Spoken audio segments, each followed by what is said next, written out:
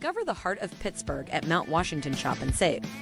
At Mount Washington Shop and Save, we're more than just a grocery store. We're your neighborhood destination. From the freshest local produce to gourmet delights, we've got it all under one roof. Experience convenience, quality, and savings, all in the heart of Mount Washington. Mount Washington Shop and Save. Welcome to senior night at Baldwin High School as the class of 2026 is being honored on the floor. Jeff Ackerman shaking hands with family members of the Fighting Highlanders, including Trey Alario, Nico Machurak, Max Marzina, Teo Toole, and Gavin Sakeley, who will suit up tonight for the start of the game despite an injury. Gavin Sakeley out there on the floor with his family, escorted by Lacey Bernanis for the Baldwin girls who won earlier. His parents, Heather and Craig, takes part in baseball, really good shortstop of the baseball team. Also a good golfer, member of NHS. He's also a volunteer fireman. He's going to attend Penn State, we are, and study agricultural business. You're shaking your head. We are. Penn State. Gavin Sakeley going to PSU. Teo Toole, honored earlier as well. The senior guard wears number 2. Courtney and Nadeem, his mom and stepdad, escorted him.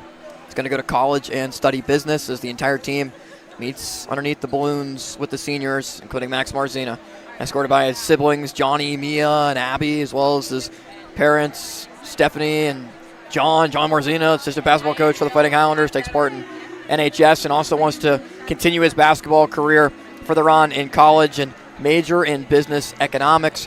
Nico Machurak, who has dealt with injuries throughout his Baldwin basketball career, including his football career at Baldwin as well, is escorted by his parents, Jamie and Nick, as well as his brother Nolan, up-and-coming sophomore on the Baldwin basketball team. He plans to go to college to study actuarial science. Very tough major, but a really smart major, which is what Nico is. Also plays baseball, is the Math League vice president, part of NHS, and also is the school newspaper editor for the Purple here at Baldwin High School, led by Keith Harrison, and Trey Alario as well. Is escorted by his mom and his dad. Also plays baseball and wants to play baseball in college once he graduates from Baldwin. The Fighting Highlanders class of 2026, coached by Jeff Ackerman for all 4 years. Trey Alario, Nico Machurak, Max Marzina, Teo Toole, and Gavin Sakeley. We'll dive into them a little bit more into detail coming up as we get ready for Baldwin and Bethel Park senior night at Baldwin High School, celebrating the class of 2026.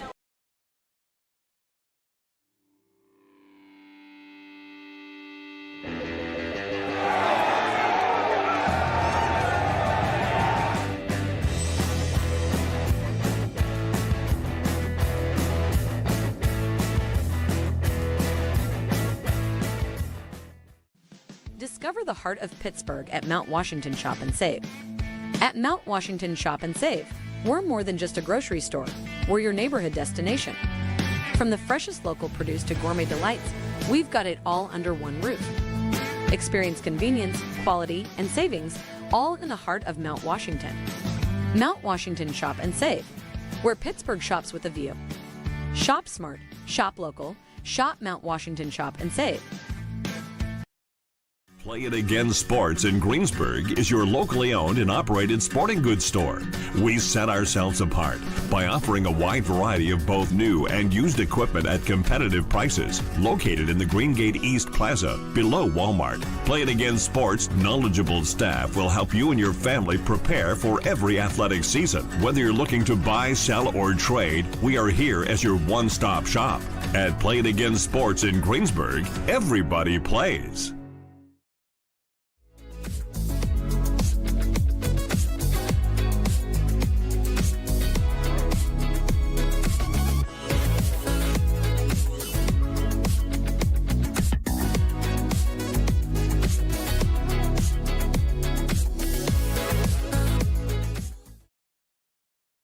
Thank you for calling Penny, PA's health insurance marketplace. How can I help you? I need help paying my health insurance premiums. You came to the right place. Penny gets you the lowest costs on high-quality plans. Enroll now at penny.com. Paid for with Pennsylvania taxpayer dollars.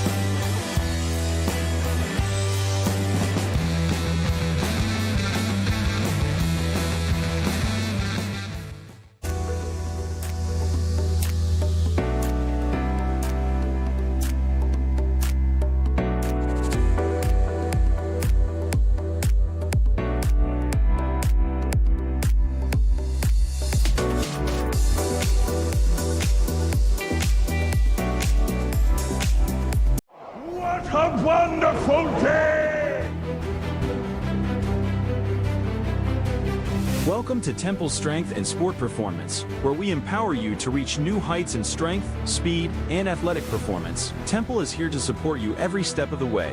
Whether you're a beginner or a seasoned athlete, join him in Jefferson Hills, Pennsylvania, and discover the difference. For more information, call 412-527-1755. Start your journey with us today. Do you have a favorite leather couch or chair that's damaged? Has your car, boat, or RV's interior seen better days? Maybe your business's furniture or your private aircraft's interior could use a little love. You're probably thinking replacement is going to be expensive. And what happens to the damaged piece after you throw it out?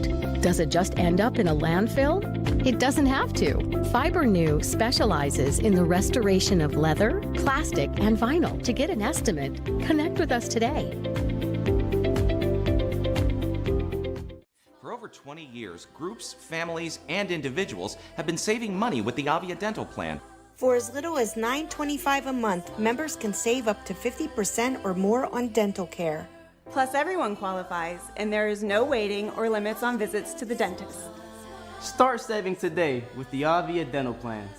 Go to getlowcostdental.com or call 1-888-431-2273. Smile.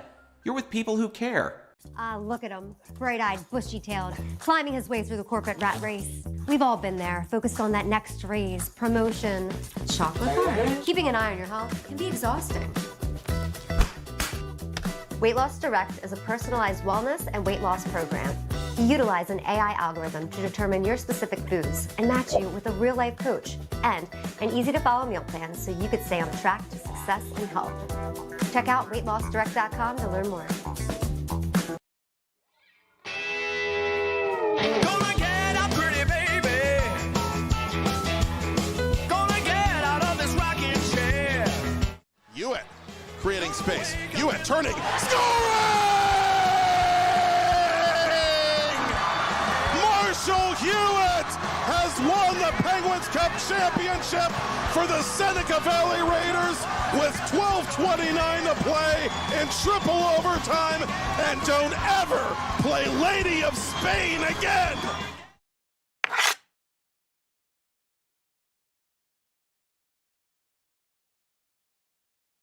Thank you for calling Penny, PA's official health insurance marketplace. How can I help? Would preventative care and screenings be an option? You came to the right place. Penny gets you the lowest cost on high-quality plans. Enroll now at penny.com, paid for with Pennsylvania taxpayer dollars.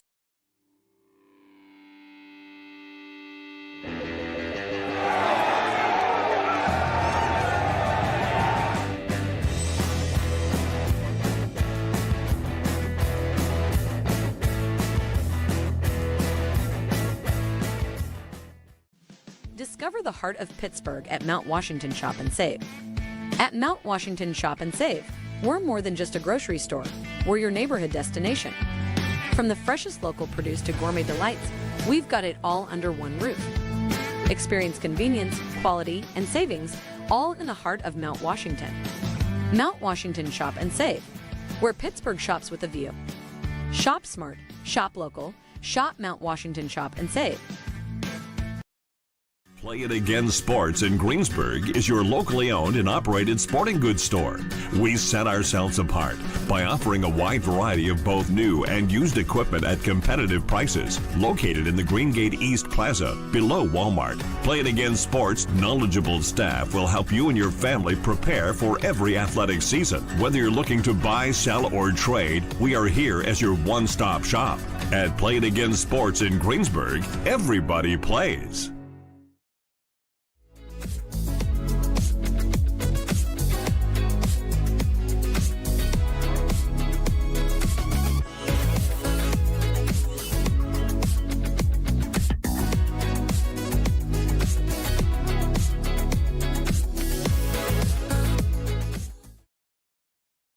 Thank you for calling Penny, PA's health insurance marketplace. How can I help you? I need help paying my health insurance premiums. You came to the right place. Penny gets you the lowest costs on high-quality plans. Enroll now at penny.com, paid for with Pennsylvania taxpayer dollars.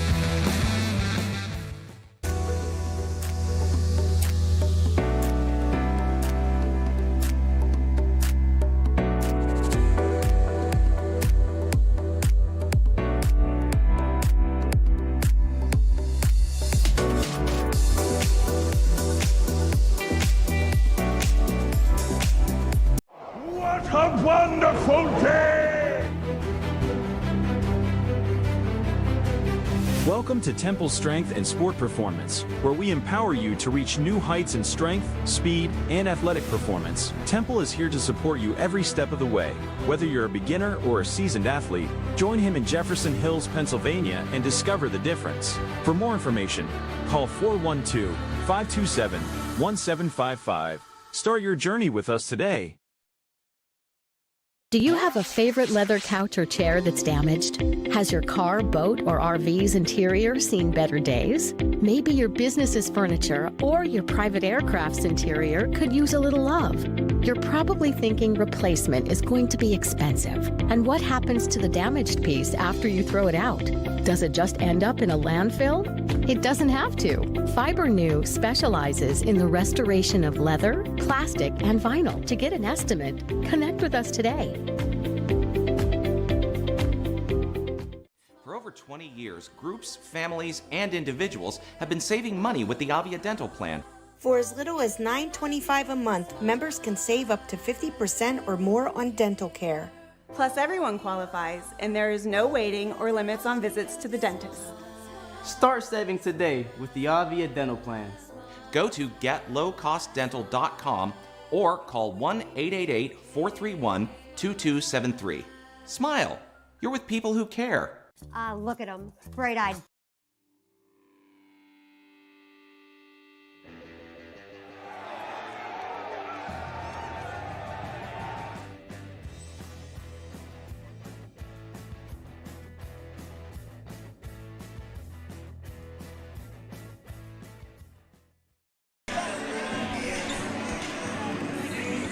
Welcome to 2026, and we welcome you to Baldwin High School for a rivalry matchup as old as time as the Bethel Park Blackhawks are in town. Senior night festivities at Baldwin High School as the Fighting Highlanders take the floor on the Baldwin Sports Channel in partnership with TenbandTV. Hi everyone, Austin Bechtel joined courtside with Ethan Spazarski. Game 2 of our doubleheader as the Baldwin girls won their 11th game in a row and improved to 11-1 overall, undefeated in section play. We'll play against a very good Thomas Jefferson team on Monday. The Baldwin boys, meanwhile, have won now 2 games in a row after a 2-game losing streak in the middle. South Fayette and McDowell. That all started with the Fighting Highlanders losing 3 out of 4. They started with the loss against Peters Township 66-63 in overtime after Baldwin was down by double digits. Fought back in that one, forced overtime, but was not able to win it. They bounced back with a victory against Trinity, but then lost to South Fayette in what was nothing short of a stunner. And then in the West Allegheny tournament, lost to a very good McDowell team 77-66 before a victory against West A, and then a win at Ringgold on Tuesday night. A good bounce back in section action, 59-55 for Baldwin against a much improved Ringgold team. So now 2-2 in section play. We're going to get back over 500 to 3-2. Exactly, and this is a prime example right now against a winless Bethel Park team. And add salt to injury, it's a section game against a winless team. That's going to go a big way. We talked about it a lot with the girls. You need to go into the end of your season on the right foot. Baldwin's being given a very good opportunity to do that and continue it against a winless Bethel team that has struggled, however, brings a lot of size. And as we saw with the girls a lot throughout the first game, a rivalry does always provides a close game, and Bethel and Baldwin always put together close contests when they compete in sports. And yes, you did hear Ethan correct. Bethel Park has not won a game. At 0-12, they are 0-4 in section play. The last time that they lost a game by under 10 points came at Trinity at the start of section play on December 11th, so almost an entire month ago, where they lost 55-51. Other than that, every single loss has been by 8 points or more. Yeah, and that's come with a lot of struggles, and with the size, it's kind of shocking that haven't been able to put together any key wins. I mean, they have faced against some tough opponents: Mount Lebanon, Thomas Jefferson. I mean, conference or section opponents like Ringgold. You're going to have to see some important games put together for Bethel Park to try to find just any sort of answers. Let's pause for our national anthem.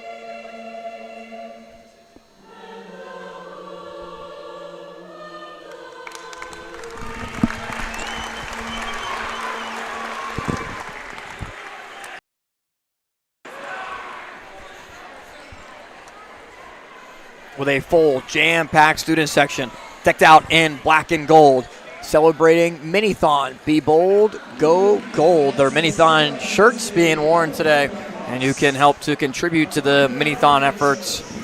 Just go to the Baldwin High School website, or you could donate anywhere that you see posted by students, by the Purple Light of Baldwin High School, as the Bethel Park Blackhawks are currently being announced. And Joseph Parisi, as you can see on the floor right now, a junior 6'2" forward, wears number 5. He is their leading scorer and their all-around best player, averaging 16 points per game. He had a game earlier this year. We had 7 threes, and that all came in one half. Wow. Yeah, how about that? Yeah, that's a lot of points. And a lot of threes overall. Learned that talking to Rico Abendanza, second year leading the Bethel Park Blackhawks, the former assistant of the Blackhawks, now their head coach, trying to get Bethel Park its first win of the season after a year ago, finishing 7-14 and 4-8 in 5A Section 3.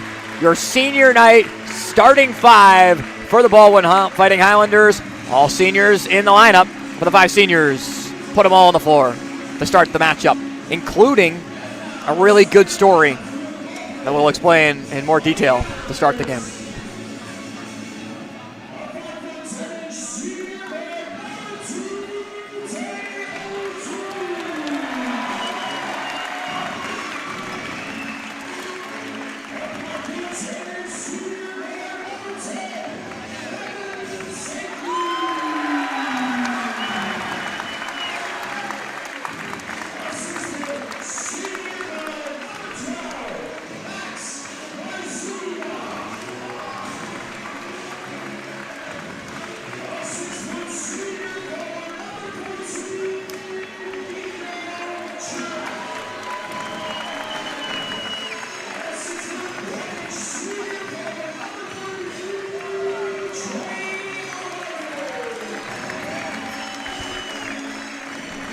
So the starting 5 for Baldwin: Max Marzino, one of the typical starters of the Fighting Highlanders in the lineup, with Trey Alario. Teo O'Toole steps into the lineup as well, with Nico Machurak back for the Fighting Highlanders and healthy. And you saw Gavin Sakeley, who tore his ACL earlier on in the season. He is out there dressed on senior night on the floor. So here's how it's going to work.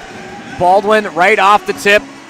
Bethel Park, after communication between the two districts, we're able to work something out really cool, where Gavin Sakeley is going to be able to score immediately on the other side of the basket. He's going to be able to put together a layup. Baldwin will then return the favor to Bethel Park. Baldwin will substitute E.J. Golvash into the game. But it's a really cool moment for a guy in Gavin Sakeley who had his season taken away due to an injury really early on in the year, in the first week. And Sakeley is already lined up at the right side block to take his layup. And is chanted by the student section, his name, as Machurak wins the tip-off back to him, and Marzina just goes right to Gavin for the layup.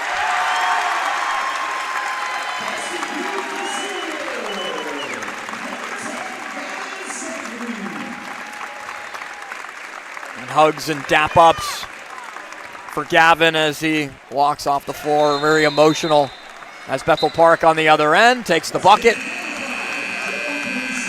So Parisi slam it in, but it's Sakeley being able to score. But cool for Sakeley, man, to be able to have that moment and celebrate with his teammates here on senior night.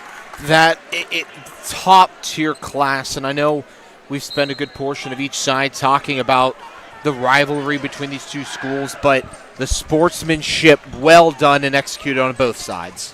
So Golvash comes in for him. Marzino looks for EJ right off of it. So the 5 to start out there for Baldwin now is Alario, O'Toole, Machurak, Marzino, who gets fouled, and EJ Golvash, the lone junior in the lineup currently, as the foul goes on Braden Bruckner. So the 5 for Bethel Park is Braden Bruckner, Michael Bruckner, both Bruckners in the lineup, both juniors as well. Joe Parisi wears number 5, their leading scorer. Owen Tarosky, a senior, wears number 3. And Will Thomas, a senior 5'6" point guard, dons number 2.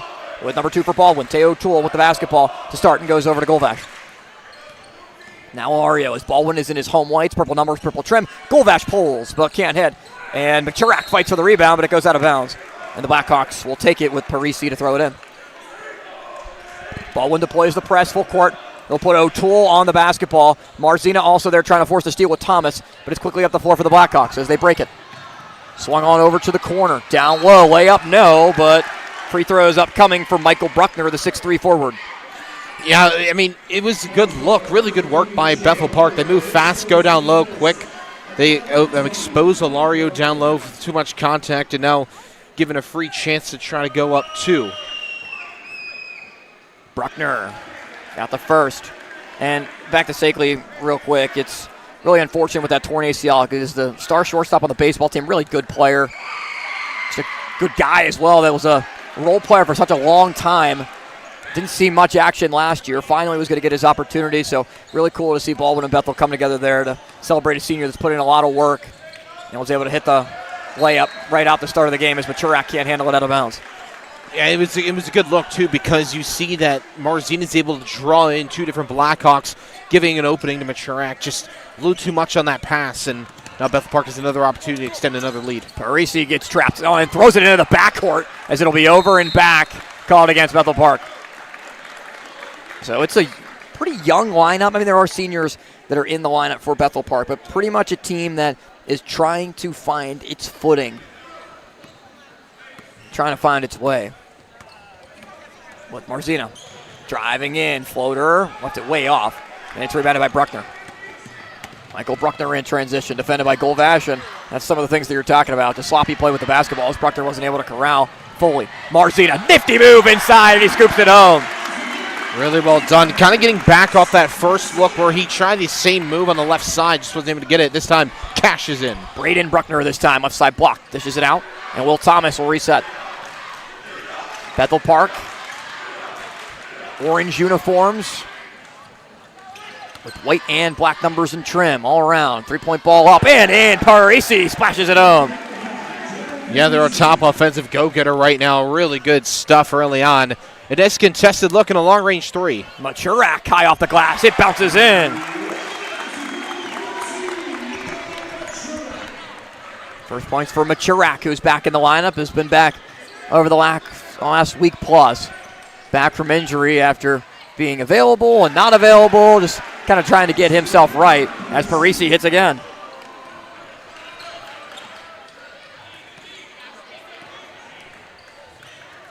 Layup is blocked this time for Machurak. O'Toole tries to clean it up. Can't finish. O'Toole offensive rebound in the 5'8". Tay O'Toole gets it to go. Yeah, put in a very awkward spot there because you saw 2 different guys that were bigger than O'Toole, unable to collect the rebounds, but O'Toole gets a good box out, collects his own rebound, and goes up and doesn't make the same mistake twice. There's Braden Bruckner. His way to Parisi. Parisi can't hold on, though. It's Golvash with O'Toole and Ilario. Golvash attacks, dishes, O'Toole to Ilario. Ilario thought about the deep 3. Now looks for an outlet to the corner in Marzina. Max will pull for 3. It does hit off the rim, but it's not a good angle for Marzina on the shot. And it's the other way for Braden Bruckner to the corner. 3 ball up left side, uncontested, and Marzina grabs the rebound off the miss from Owen Tarosky.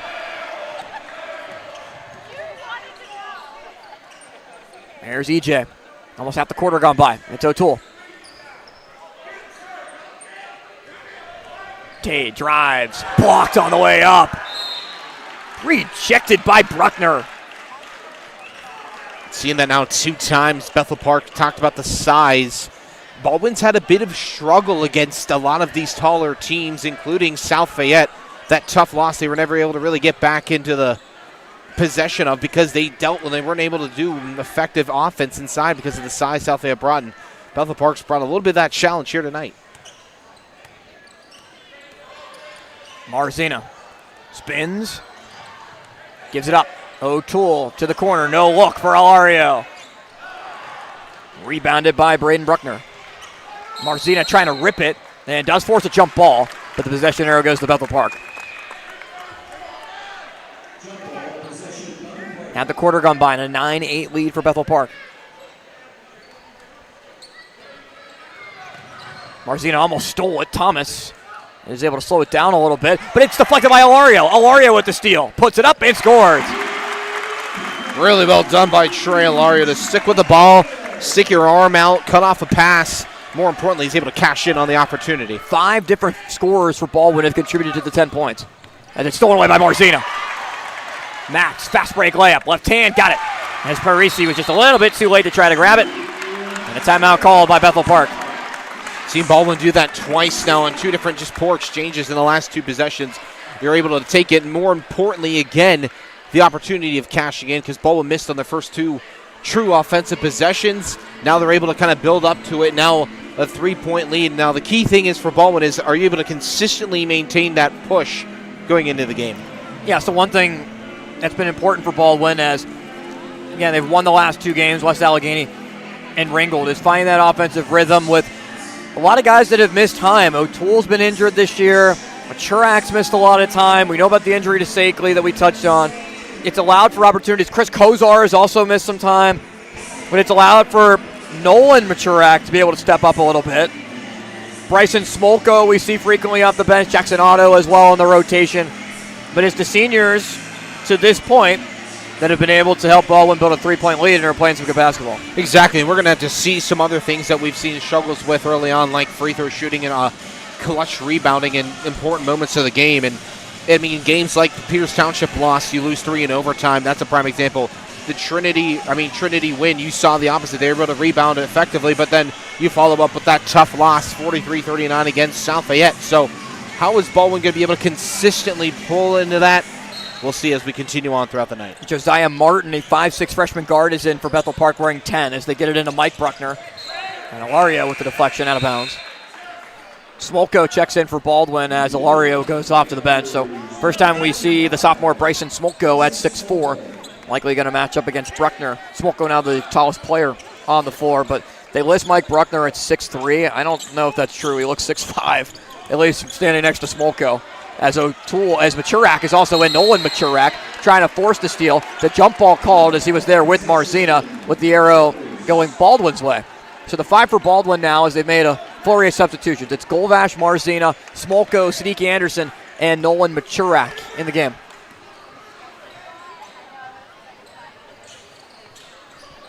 Anderson to Smolko. Smolko and Anderson have started games this year. We've seen more Nolan Machurak, who's played very well in the JV team this year, get increased minutes. Here's Marzina, driving, dishing, Smolko, layup, plus the foul. Bryson Smolko takes the contact, and we'll go to the line. Well done, and now again, the capitalization. We'll see if Smolko's able to step up to it. And we've seen him consistently being put in intermixed in those top 7 rotating guys, and he's been effective so far early on here for Baldwin. Foul goes on Parisi, it's his first. So you go from the senior-led starting lineup to the young lineup for Baldwin as it's tipped all the way out for the Blackhawks to take it with Tarosky. And move up the floor for Martin. And when Tarosky, a senior, 6'1" guard, to the freshman Martin. Braden Bruckner. Now Tarosky. 3-point ball up and misses off the front of the rim for Parisi, their leading scorer. And it's Marzina now, trying to dribble away from traffic. Marzina almost stepped out of bounds, but it gets all the way over to Anderson. Up top, Golvash. EJ looking for a screen. Now sends Smolko back inside and tries to clear out some space. EJ to Machurak, who pulls quickly for 3. Misses. Smolko fights for the rebound, but instead it's grabbed by the Blackhawks. Braden Bruckner with it. Braden Bruckner, a junior. Mike Bruckner, a senior. Parisi hits his second 3. He already has 10 points, 10 of the 12 for Bethel Park. Golvash outlets to Anderson. I was talking about the senior-led starting lineup earlier, and Marzina now the only senior out there. It's Marzina with a ton of sophomores, plus the junior and Golvash. As one of the sophomores, Machurak can't hit, but it's rebounded by Anderson. Anderson against Martin. Deflected to Marzina. Max pulls up off the dribble. Trying to bank it off the window, but it now is Golvash with a foul line jumper. And another miss for Baldwin, another offensive rebound. Trying to be ripped by Smolko. It's a jump ball that is called as he was tied up there with Braden Bruckner. And the possession arrow will favor Bethel Park, but back to that. Smolko is a sophomore. Anderson a sophomore. Nolan Machurak, I should say, a sophomore with his brother Nico, the senior. And the layup good on the other end.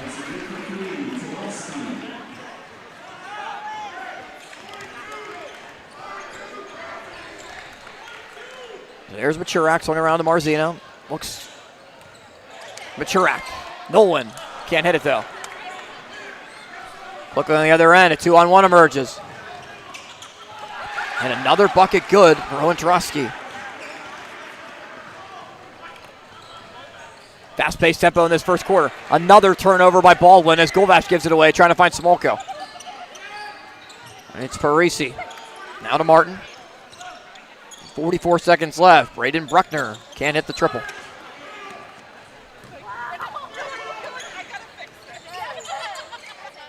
Machurak inside the arc this time. This time, Nolan. Yeah, we're gonna go.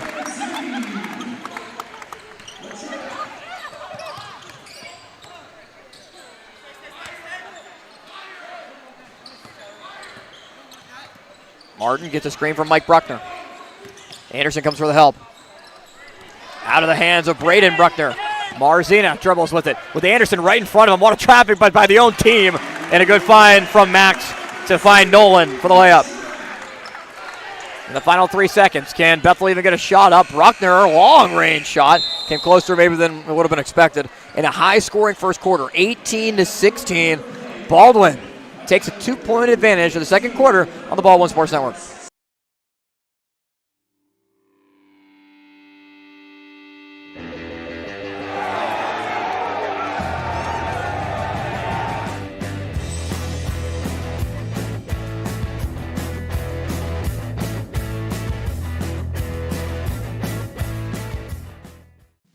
Discover the heart of Pittsburgh at Mount Washington Shop and Save. At Mount Washington Shop and Save, we're more than just a grocery store. We're your neighborhood destination. From the freshest local produce to gourmet delights, we've got it all under one roof. Experience convenience, quality, and savings, all in the heart of Mount Washington. Mount Washington Shop and Save, where Pittsburgh shops with a view. Shop smart, shop local, shop Mount Washington Shop and Save. Play It Again Sports in Greensburg is your locally owned and operated sporting goods store. We set ourselves apart by offering a wide variety of both new and used equipment at competitive prices. Located in the Greengate East Plaza, below Walmart, Play It Again Sports' knowledgeable staff will help you and your family prepare for every athletic season, whether you're looking to buy, sell, or trade. Back to start the second quarter. Austin Bechtold, Ethan Swazarski alongside in an 18-16 game. 7 different scorers in the first quarter for Baldwin as Marzina finds another in Golvash. Now 8 different scorers for Baldwin in the night. Yeah, that's really a good depth piece to it, with or without Sakely early on with that early layup. You're seeing Baldwin's been able to utilize their depth because this is a team that relies exactly on that this season because a lot of that graduated talent that Baldwin lost from last season. Yeah, for you just have 20 points and have it be from 8 different scorers. Marzina and Nolan Machurak, the only players with 4 points. As Marzina takes it away.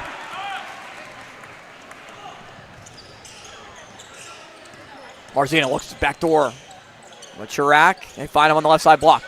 Nolan turns, looks for Smolko, but it's stolen away by Bethel. Now Martin moves up with it. Martin dishes to Ben Thomas into the game. Thomas, layup's good for the sophomore 6'2 guard.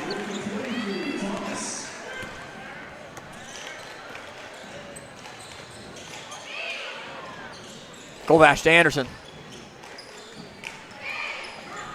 So the 5 for Baldwin is Golvash, Anderson, Nolan Machurak, Marzina, and Smolko. As Golvash turns around, can't finish. Smolko offensive board, and he got it to go. Exactly what you need. Smolko's been offensive all night, especially on the blackboard, to take up for rebounds, and he's paying off because he has 4 points via that way because of the aggression. Will Thomas throws it away as he threw it to the corner, looking for Jovian Smith, the senior in the game wearing number 1. And Trey Alario returns for Nolan Machurak to go off to the bench.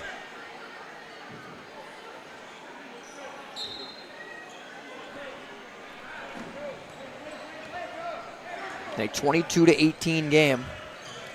Marzina off the dribble, pulls, but misses. And with 3 different Baldwin players there, Smith brings down the rebound. Martin deals for an open 3 that misses everything for Ben Thomas that time. Anderson pulls up inside the arc. Another rebound by Thomas. A lot of fast-paced action, too. Even with the missed shots, there has not been a lot of whistles. Only 3 total fouls so far in this game, all coming in that first quarter. Here's Will Thomas with it. Will Thomas and Ben Thomas both on the floor. As well as Martin and Smith. Out there for Bethel Park trying to create some offense, but still nothing amounting. Jude Hamill, wearing number 11, senior guard, rounds out the 5.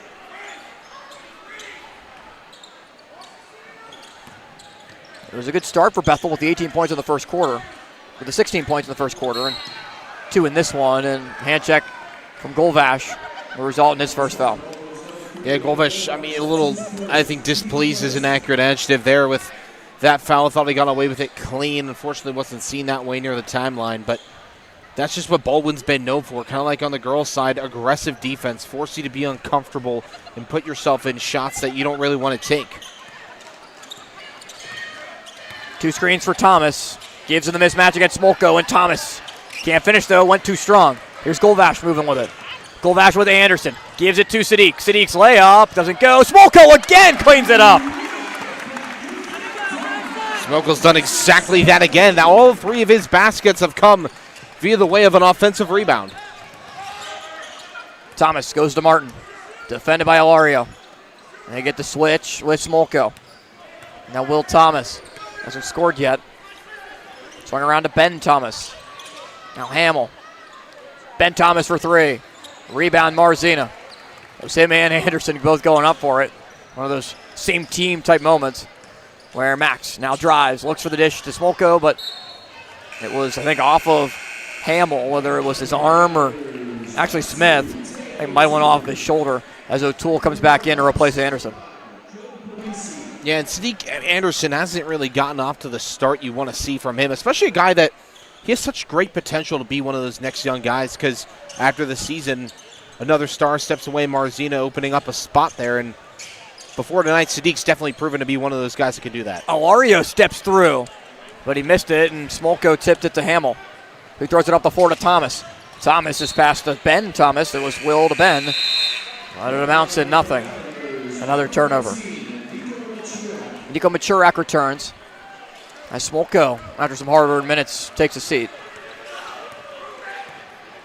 Not seen Jackson Otto yet. Marzina on the perimeter. Gets a screen from O'Toole, or from Alario, I should say. It's Machurak swinging it to O'Toole. Now Golvash. Alario inside, right hand, left side, and Trey Alario finishes. Really good work down low. Trey Alario has proven to be, at times, a three-point shooter as well, but great work down there on ball handling and a contested shot. Parisi's back in, and he looks to put it up and score again. Foul called on Nico Machurak. On the rebound attempt. First foul on Nico. It's the second on Baldwin in the quarter. Here's a shooting foul, so Ben Thomas will go to the free throw line. There's the second free throws attempts at the night for Bethel Park, and now, well, it looked like there was going to be free throws, and Thomas was standing at the line for a while, but referees were signaling, nah, instead it'll be out of bounds at the left side block.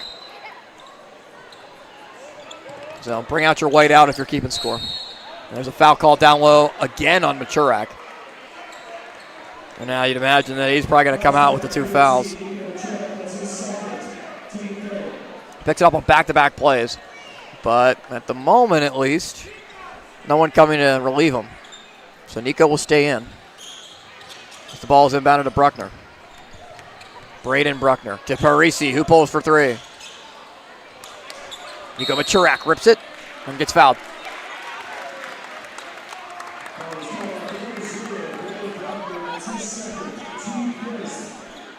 They get Bruckner for a second on Braden Bruckner.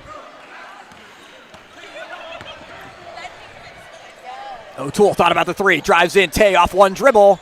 Off balance shot, rebound by Golvash though. Golvash turns around as the defender just completely left, but he can't hit it. I think Golvash was surprised by the amount of room that was right there when he turned around. Yeah, it kind of looked like he paused for a second, then moved really quickly towards the rim. Ben Thomas, no shot, rolled a foul on the floor. As E.J. Golvash now picks up his second.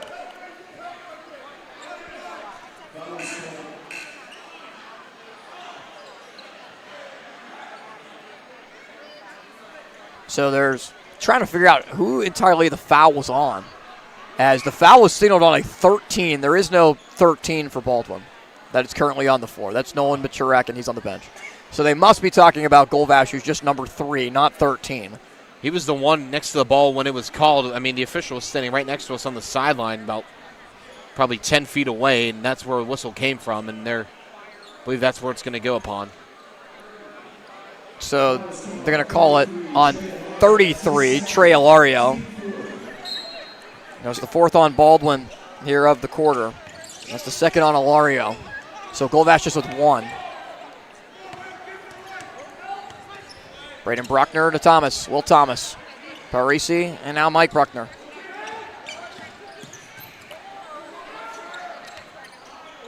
Here's Braden Bruckner. Goes away from the screen. Thomas defended by Ilario. Thomas has room. Thomas drives in. Rebounded by Nico Machurek. Nico to Ilario, who drives in. Trey brought the ball down, gives it up to O'Toole inside the paint, but it got knocked free from him. Here's Bruckner. Mike Bruckner up to Will Thomas. No reset. Braden Bruckner. The pace has significantly slowed in this second quarter as he gets a screen from Smith. Bruckner. Braden to Mike, and up top to Will Thomas. 26-18, Baldwin leads. Only 2 points for Bethel Park in this quarter. Mike Bruckner misses everything, and Baldwin's able to take it. Golvash turns, loses it, gets it back though off the back of Parisi. Marzina straight on 3, almost banked it in. It's rebounded by Will Thomas.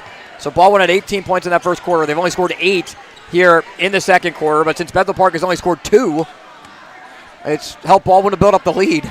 Complementary struggles on each side. Everyone's contributing, and it's just been a stalemate back and forth. A lot of passes, a lot of physical contact, but not too many points to it. Only 10 total points, like you just said. Here's Will Thomas to Parisi. Parisi with the mismatch against Ilario. O'Toole was able to poke it free. It's out of bounds, going to Baldwin as Parisi lost it. In the final 70 seconds before halftime. Zion Martin back for Bethel as Parisi will stay on the court. It's Will Thomas that goes off.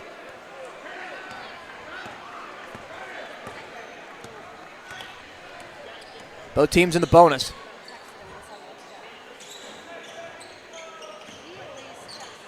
Machurek turns around and goes to O'Toole. O'Toole stolen away by Braden Bruckner. Braden Bruckner to Mike Bruckner. Bruckner could not handle it. Mike able to dribble away. And Mike Bruckner off his own miss puts it up second chance. Now third opportunity for Mike Bruckner, and he'll shoot free throws. Yeah, slap on the wrist going up on that third offensive chance from Trey Ilario. So it's now the third foul on Trey Ilario. And Mike Bruckner, who is 2 for 2 at the line, have a chance for 2 more. And he got the first. Siddiqui Anderson comes back in. And if you're familiar with Baldwin science, you're familiar with whiteboard weather. Mr. Bruckner, earth and space. And it's Mike Bruckner that misses that one, but gets the offensive rebound. Braden Bruckner drives in, and he scores. Would that be considered a cumulonimbus cloud on that shot? Remember the types of cloud formations in Mr. Bruckner's Earth and Space class? I never took his class. I was not privileged to have that. One of my favorites. Yeah. Ilario misses everything. Marzina offensive rebound and goes to Machurek. Nico with it and goes to Golvash. truly a great class. Really a fun class. It sounds like it is. I mean, it has been built up. A lot of Bethel Senior Park year. ties. Golvash got the floater. A lot of Bethel Park ties, a lot of Baldwin ties. It's Mike Bruckner's shot. No foul. Looked for one. Didn't get it, though, as he was off balance and had a little bit of a discussion with the referee as to why it was not a foul. But it results in a 7-point lead for the Fighting Highlanders going to the locker room, 28-21. Baldwin out in front at the break on senior night.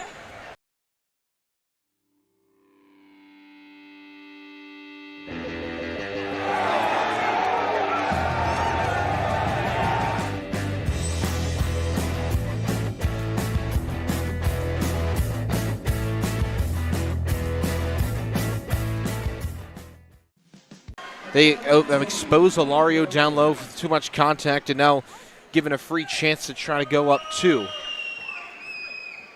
Bruckner back to Sakeley real quick. It's really unfortunate with that torn ACL because the star shortstop on the baseball team, really good player. Just a good guy as well. That was a roll Bruckner in transition, defended by Golvash, and that's some of the things that you're talking about. The sloppy play with the basketball as Bruckner wasn't able to corral fully. Marzina, nifty move inside, and he scoops it home. Orange uniforms with white and black numbers and trim all around. 3-point ball up and in. Parisi splashes it home. Yeah, they're a top offensive go-getter right now. Really good stuff early on. It is contested look in a long-range 3. Machurak high off the glass. It bounces in. Marzina almost stole it. Thomas is able to slow it down a little bit, but it's deflected by Alario. Alario with the steal. Puts it up and scores. We've seen more Nolan Machurak, who's played very well on the JV team this year, get increased minutes. There's Marzina driving, dishing, Smolka layup, plus the foul. Foul goes on Parisi. It's his first. So you go from the senior-led starting lineup to the young lineup for Baldwin as it's tipped all the way. Braden Bruckner with it. Braden Bruckner, a junior. Mike Bruckner, a senior. Parisi hits his.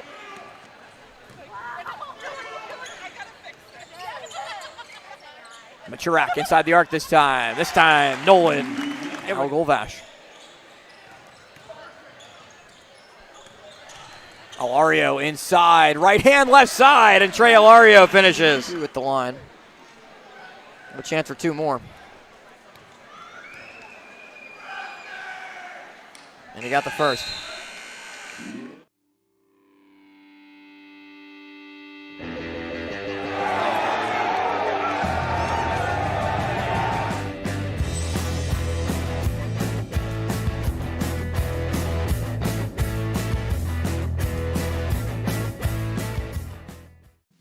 Discover the heart of Pittsburgh at Mount Washington Shop and Save.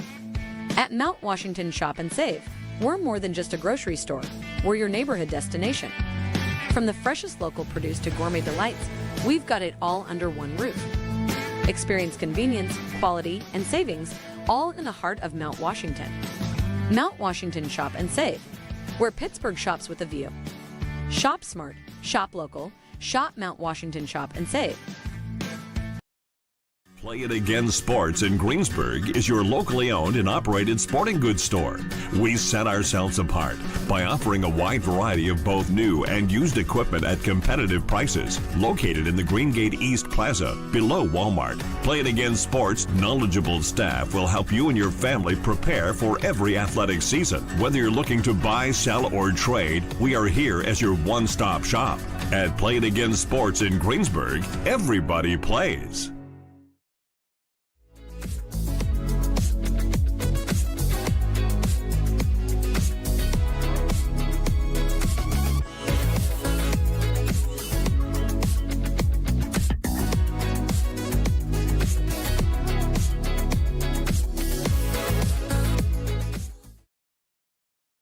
Thank you for calling Penny, PA's health insurance marketplace. How can I help you? I need help paying my health insurance premiums. You came to the right place.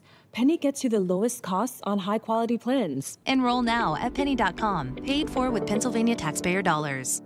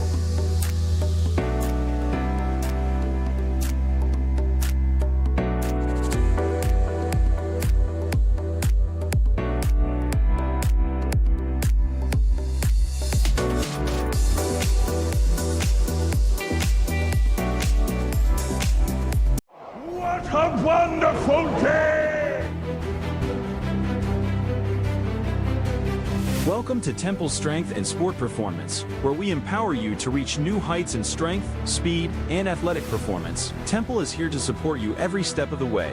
Whether you're a beginner or a seasoned athlete, join him in Jefferson Hills, Pennsylvania, and discover the difference. For more information, call 412-527-1755. Start your journey with us today. Do you have a favorite leather couch or chair that's damaged? Has your car, boat, or RV's interior seen better days? Maybe your business's furniture or your private aircraft's interior could use a little love. You're probably thinking replacement is going to be expensive. And what happens to the damaged piece after you throw it out? Does it just end up in a landfill? It doesn't have to. Fiber New specializes in the restoration of leather, plastic, and vinyl. To get an estimate, connect with us today. For over 20 years, groups, families, and individuals have been saving money with the Avia Dental Plan.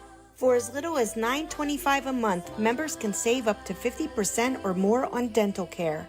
Plus, everyone qualifies, and there is no waiting or limits on visits to the dentist. Start saving today with the Avia Dental Plan.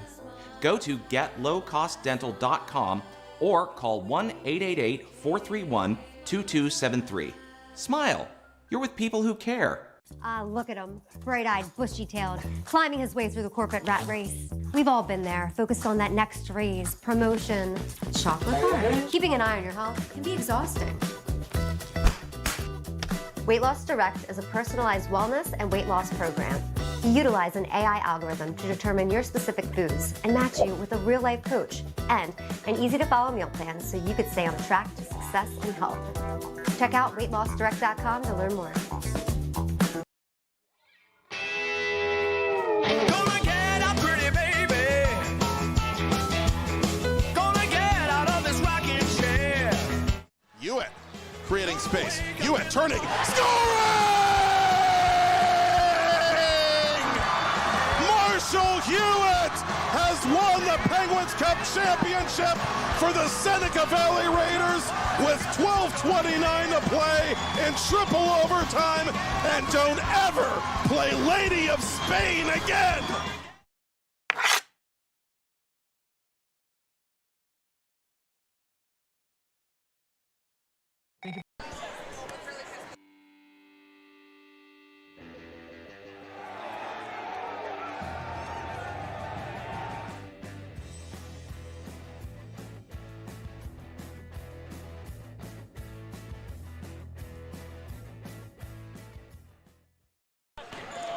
Back for the start of the second half in a 28-21 game. Fighting Highlanders lead it by 7. Austin Bechtold and Ethan Smazarski courtside here on the Baldwin Sports Network in partnership with TenbandTV. Other games in action around the section tonight in Section 3 of 5A. Ringgold is at Peters Township, the Ringgold team that Baldwin defeated earlier this week on Tuesday in a close game that Baldwin was able to pull out in front 59-55 against on the road. Baldwin won there last year on the road as well. And South Fayette at Trinity also tonight, including tonight's matchup between Bethel Park and Baldwin, with the Fighting Highlanders in the section standings right now, right in the middle of the pack. Baldwin, Ringgold, South Fayette all at 2-2. Thomas Jefferson undefeated at 5-0. Peters Township 3-1 in the section. Trinity's 1-3. Bethel, of course, winless. Yeah, Thomas Jefferson, like on the girls' side, sitting atop their respective section. A dominant team. It's going to be really hard to dethrone those guys. Already 2-game lead over Peters Township in order of section standings. And everyone acknowledged Baldwin wasn't going to be the same stature as last year. It's just way too much talent that graduated and stepped away. However, for Baldwin, this is still a year of importance to be able to figure out your identity now. There's a new cast of characters stepping up to the plate. And for the most part, 2 of the 4 wins we can say with ourselves that we've seen if they had. Like, it wasn't like it was a blowout or it was just giving up lost opportunities. Exactly. It's so, for the fact of it, 4 losses, but 2 of them were insanely close games you just gave away. That's got to be something you put your head up on, especially in a season where you need to figure out who you are. Yeah, there's no other way to put it. The South Fayette loss was inexcusable, and the loss against Peters Township was one that you were able to fight your way back, forced overtime, but then very unsuccessful putting offense together in that overtime period. Peters Township jumped on them despite Dylan Donovan fouling out going into overtime. So Anderson has it up top. It's Machurak, Nolan Machurak with the basketball, along with Smolko, Golvash, Marzina, and Siddiqui Anderson as it's thrown up the floor, and Will Thomas scoops in the layup. Yeah, that's going to be important because Baldwin on that first possession, a little sloppy passing up near the top of the key. So Bethel Park's already had 2 chances at it and have gotten an easy layup to go. Marzina gets fouled, and he will go to the free throw line. Foul goes on Mike Bruckner. It's his first. Take a look at the Baldwin bench. No Jackson Otto coming off that bench so far for Baldwin, number 20 on this senior night as Marzina misses the first. So Marzina, the lone senior, on the floor to start the half, but Trey Alario comes back on as Nolan Machurak goes off. Another thing, this is the first time that Baldwin's had an opportunity at the free throw line besides 1-and-1 opportunity for Smolko. And Marzina, where it's been an adventure at the line, hits both off the back of the rim. And the unfortunate thing about that for Max, too, is he shoots like 100 a practice and is constantly working on the free throws, but just when it comes game time, for whatever reason, it's just the light just doesn't completely turn on at the line. Parisi with the move and the three! And the stare down to the bench. The timeout called. Parisi on fire tonight. He didn't score in the second quarter, but he now has 13. Half the points are Bethel. Exactly. Third 3, too, coming in. A really hot start for him. I mean, put it on ice. That was everything and you want for Bethel Park. Coming out 5 quick points here early in the third quarter. And it comes off a prime scoring opportunity because Bethel Park, despite being winless, was by no stretch out of reach after the end of that first half. And now they're within 1 possession of taking the lead over Baldwin in a time where we've just talked about how they have the ability to really do a good job, and now some tempers flaring just a little bit off the bench between Marzina and seeing over there on the side, just trying to figure out some sort of answer, any sort of offensive answer, I should say, with him and Ackerman. Marzina clearly walking away very unhappy from that conversation, but I mean, when you're down by 2 to a team without a win, and now you played in portions of that second quarter where ones that showed where you could be primed for a breakout offensive performance. It just hasn't happened yet. As Marzina goes to Golvash to swing around to Anderson. And they isolate with Alario on the drive. And he got the layup past Bruckner. Well done. That right-handed layup has been lethal tonight because every time Alario's attempted it, it's been a contested shot that's fallen in. He's done a really good job of getting that extra step on the inside when he's driving towards the right or left blocks. Dribble drive for Bruckner. Braden Bruckner, now Will Thomas. 4-point lead for Baldwin. Here's Bruckner. Braden gets the screen from Mike, but loses the basketball, and it rolls out of bounds, but will stay here as it goes into the Bethel bench.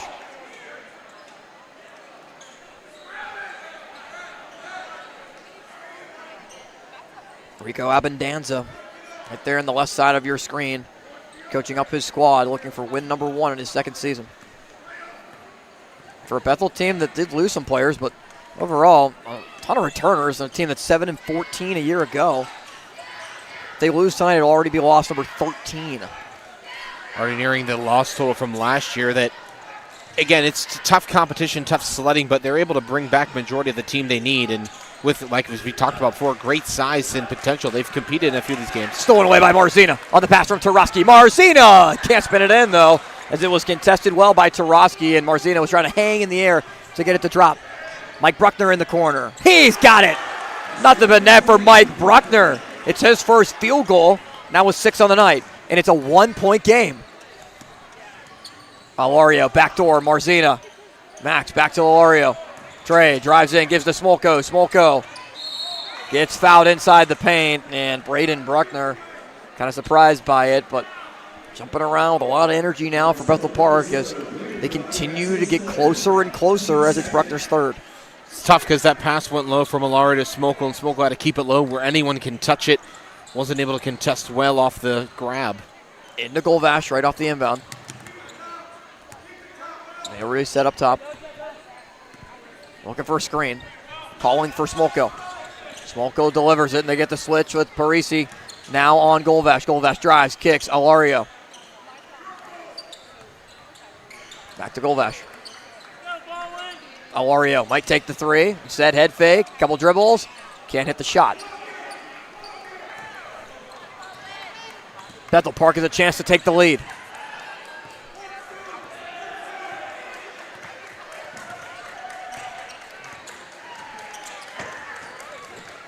There's Mike Bruckner. Bruckner drives, defended by Anderson. Bruckner is fouled. We'll see if they call it on the floor or in the act of shooting. I think it will be a shooting foul with Sadiq Anderson, the one on the foul for his first. But it will send Mike Bruckner to the free throw line where he is 3 of 4. Bethel Park's been able to do a few different things better than Baldwin tonight, on top of the three-point shooting, which has been clear and obvious. The free throws as well. They've taken advantage 3 out of the 4 that they've been given so far. Bruckner can't hit the first. The Bethel Park team that had a lot of players that did not end up playing this year due to injuries that were suffered in football. They had 2 to 3 players that didn't even try out because of injuries in football. And Rico Abendanza saying they had 3 potential starters that are not playing this year because of the wear and tear of that football season and injuries they're still battling with. Sabatis, one of them, who was a huge contributor on last year's team. As Smith comes in after the second free throw was good for Mike Bruckner to tie the game at 30. It's been a big part of Bethel Park's season, but now you don't think of any of that when you're tied 30-30 against one of your big rivals. As it's Marzina going to Anderson. Anderson head fake, but he traveled. Trying to look right, kind of lose the defender, force him not to play softer on him. Unfortunately, though, with that look, he took an extra step, and that's where the travel occurred, right near the top of the key.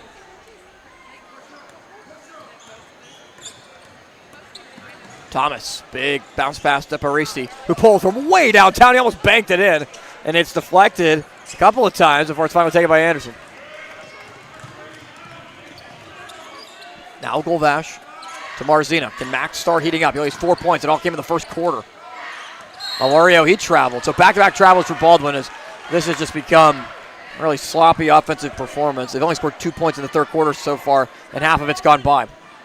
Yeah, I mean, Bethel Park's outscoring Baldwin right now 9-2 rather. And I mean, Baldwin also hasn't had too many offensive opportunities because they're making those mistakes before getting any sort of shots off. Braden Bruckner back to Thomas. They break the press.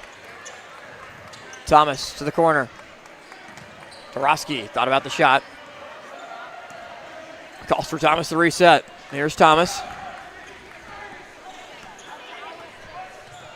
Bypasses the open lane. Braden Bruckner defended well by Marzina. Parisi. Thomas drives in. Machurak brings the help. Thomas can't finish. Good defense from Nico Machurak, who throws it up the floor, but it's deflected by Parisi. He's able to tip it to himself to take possession. That timeout called by Bethel Park. With 3:11 left to go in the third quarter, the Blackhawks have been playing really good basketball out of the locker room. Yeah, I mean, that layup, even though it went short, kind of more of tossed up instead of forward off the backboard. Baldwin gets in. They try stretch pass going through 2 different Blackhawks at it. Just a questionable pass because you think more or less, I mean, you understand what they're trying to do, push up the floor quick and get odd man numbers, but if you just simply hold on to the ball, allow your team to set itself up off quick transition, you give yourself at least a chance to shoot the ball or have a possession. Instead, you turn it over and allow Bethel Park to try to take a lead off a tie game. And one thing that's really important that isn't talked about, I think, enough is your first 4 and your next 4, or your last 4, first 4, however you want to call it. The last 4 of the first half and the first 4 minutes of the second half. How do you come out and perform? And Baldwin kind of sluggish in both ends of them to allow Bethel Park to be able to climb back at what one point was a pretty sizable lead of about 7-8 points, where not sizable in terms of what Bethel Park has faced this year, but in terms of the leads that Baldwin has had against other opponents this year. You would think that they would at some point break through with it, but it just has not happened yet. It's just in these really tight contested games, the amount of times they're shooting themselves in the foot. There are times where it's not even that the other team is outperforming Baldwin. It's where Baldwin's allowing the other team and giving them those opportunities. And now is the time in a team where Bethel hasn't won a single game yet, and their closest loss has only been by, 4 points? really need to find a way to start to push this one away because that cushion they had has now been diminished. Tarosky with it. On the perimeter, it goes to Parisi. Parisi way downtown. It's off the front of the rim. His range is endless as Braden Bruckner drives. And it's rebounded by Ilario. Marzina moves up with it. Nico Machurak calling for it. Marzina never sees him, though, as he's defended by Parisi. Here's Golvash. So it's Ilario, Golvash, Anderson, Marzina, Nico Machurak for Baldwin. Marzina, who again has not scored since the first quarter, early portions of it. Now Nico drives in. Machurak. Outlets to Ilario. Marzina drives in. Looks for Nico Machurak. Fight for a loose ball. Out of bounds. And it's thrown away by Machurak. 2 subs for Bethel Park, 1 for Baldwin as Teo Toole comes back in. Yeah, I mean, Machurak kind of put in a pinch in multiple different times in the paint.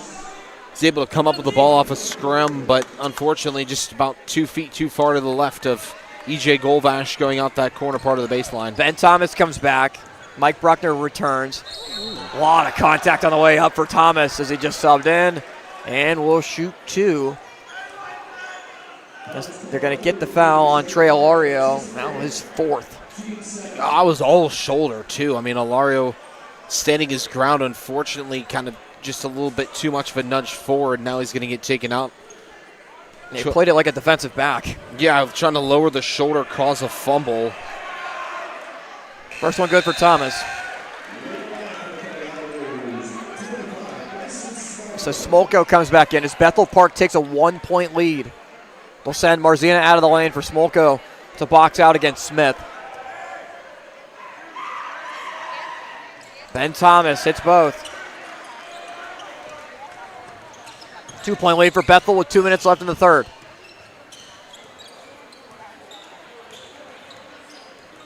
Golvash, Machurak. O'Toole resets. Bethel Park's looking for a 3-second call on either Smolko or Machurak. Earlier, they didn't get it. I think they want Machurak on it. And it's O'Toole now on the perimeter. Marzina drives, dishes to O'Toole, who pulls for 3. Rebound fought for and will stay here. Nico Machurak. Bounces it to Golvash. EJ for 3. Just can't buy a bucket. And it's O'Toole keeping it alive, but it's poked out of bounds. Yeah, luckily Machurak getting lucky there. Kind of got bumped, not shoved, but rather bumped right into the rebound, allowing Baldwin to get another extra chance off that as well. But Bethel Park able to kind of stop the progression of where Baldwin was trying to go, now having forced them to start. Josiah Martin returns for Bethel. Inbounds to Golvash was not there as they go to Smolko, and it's out of bounds, touched by Bethel. But it just seems that Baldwin is completely out of rhythm. Oh, Golvash, too. He gets off, starts at the top of the key, rotating right to the right corner, wide open, and now Baldwin's trying to force opportunities down the paint. Into Marzina. Now O'Toole. There's not been a ton of standing around offensively. It's everything that they've thrown at Bethel has been answered. Golvash drives in, layup blocked on the way up by Parisi. Golvash second chance is blocked again. And a foul called on the rebound. It's going to go against Bethel Park. Golvash and Parisi exchange a few words. They're off the double blocks. Parisi's just been lethal tonight for the Blackhawks. Everywhere he needs to be, complimentary basketball all around. First on Ben Thomas as Machurak gets it into Golvash. Golvash head fake. Has some space and Golvash got it. They needed that one to tie it back up again, and a timeout called by Jeff Ackerman. A timely basket in a time of need. Baldwin able to get some sort of points to tie it up. Now you need to try to get a stop, and more importantly, a clean one at that, down on the other end of the floor. With 47.5 left to go before the fourth. But as we've said a couple of times this year, I did not see this one coming. No, you always got to be aware because anyone can beat anyone on any given night. That's just a simple part of sports they have to be aware of. But in a time where it's two schools that are very familiar with each other in a sense of a rivalry, you got to be ready for it. And what Baldwin has done tonight is something we've seen and we've talked about a few different times. Let a few things slip away. caused by untimely errors. Not that there are ever any timely ones, but now Bethel Park, I think at this point you need to give a lot of credit to Bethel Park too, and the resilience of they've been able to respond to a lot of those mistakes too. They've given a few, but they've been able to negate a lot of the ones they've had and capitalize on ones Baldwin's have given them. Full court press from Baldwin. Ben Thomas to throw it in. He can't run the baseline. They get it in quickly. Thomas is able to deflect it to himself right past Kolvash as they're able to break it, but Marzina knocks it out of bounds. So it'll be thrown in on the sideline by Parisi.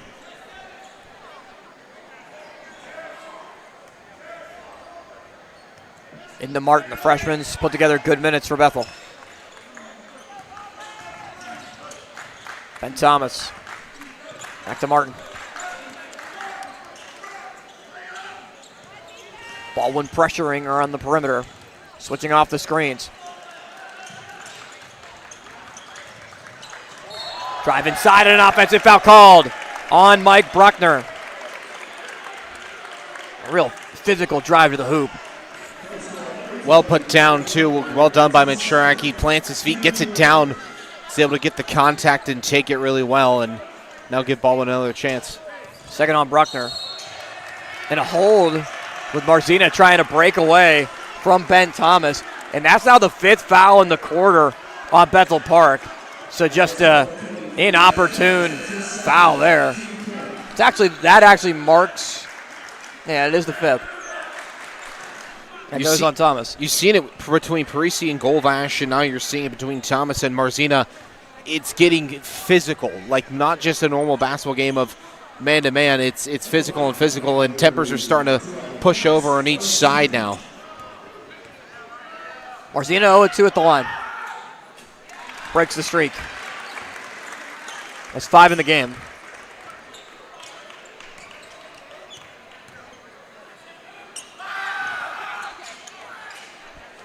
Smolko almost grabbed the offensive rebound, but Baldwin leads by 1 with 15 seconds left in the quarter. Mike Bruckner slow to get up, back to the play.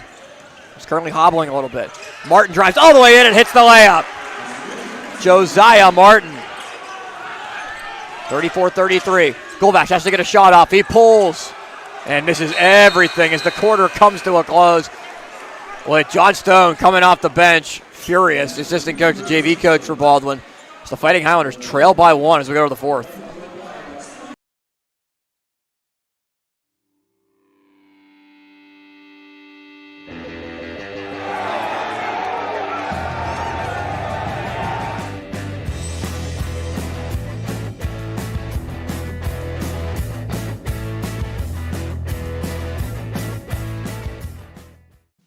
Discover the heart of Pittsburgh at Mount Washington Shop and Save.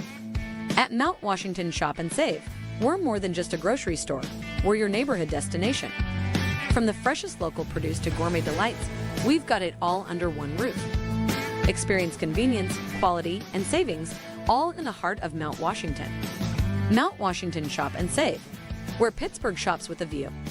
Shop smart, shop local, shop Mount Washington Shop and Save.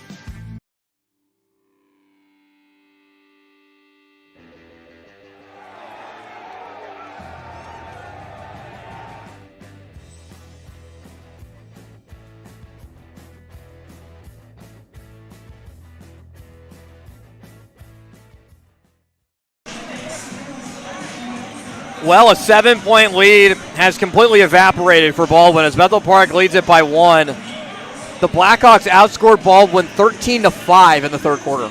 Yeah, it's all around really, poor offensive execution by Baldwin. And to Bethel Park's credit, they've just been able to be really resilient and make less mistakes than Baldwin. Marzino with it, trying to create. He steps back. Difficult shot, but Max is able to get it to drop.